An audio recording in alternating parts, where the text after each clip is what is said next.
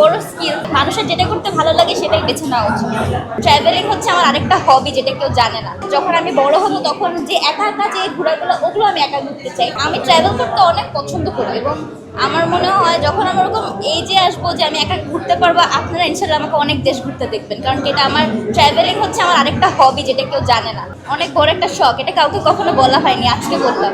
না, বাবা মা নিয়ে ঘুরলেও ভালো লাগবে, তবে কিছু কিছু থাকে না যে ট্রেকিং করা, মানে যখন আমি বড় হব তখন যে একা একা যে ঘোরাগুলো, ওগুলো আমি একা ঘুরতে চাই।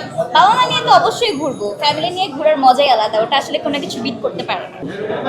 আমি মুভিজ আর সিরিজ দেখতে অনেক পছন্দ করি, অভিনয় করতে অনেক পছন্দ করি, এবং মুভিজ আর সিরিজ আমাকে অনেক ইন্সপায়ার করে। কিছু কিছু অনেক ভালো ভালো স্টোরিজ অ্যান্ড মুভিজ আমাকে অ্যাক্টিংটা আরও ভালো করে করার জন্য ইন্সপিরেশন দেয়।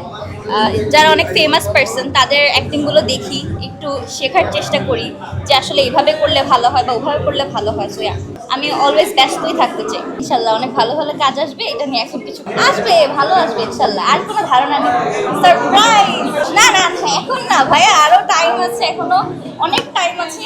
ইনশাল্লাহ করবো, কিন্তু এখন অনেক টাইম আছে। আর একটু শিখি, এখন তো মাত্র শুরু। জানি না আমি, এটা তো আসলে আপনারা জানেন। শখ, ইচ্ছা, ভালো লাগে।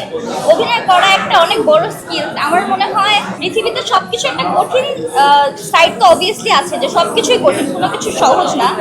কিন্তু অভিনয় করাটা আমার কাছে খুব বেশি স্পেশাল মনে হয়। ছোটবেলা থেকে আমার ভালো লাগতো, তো সেই জন্য।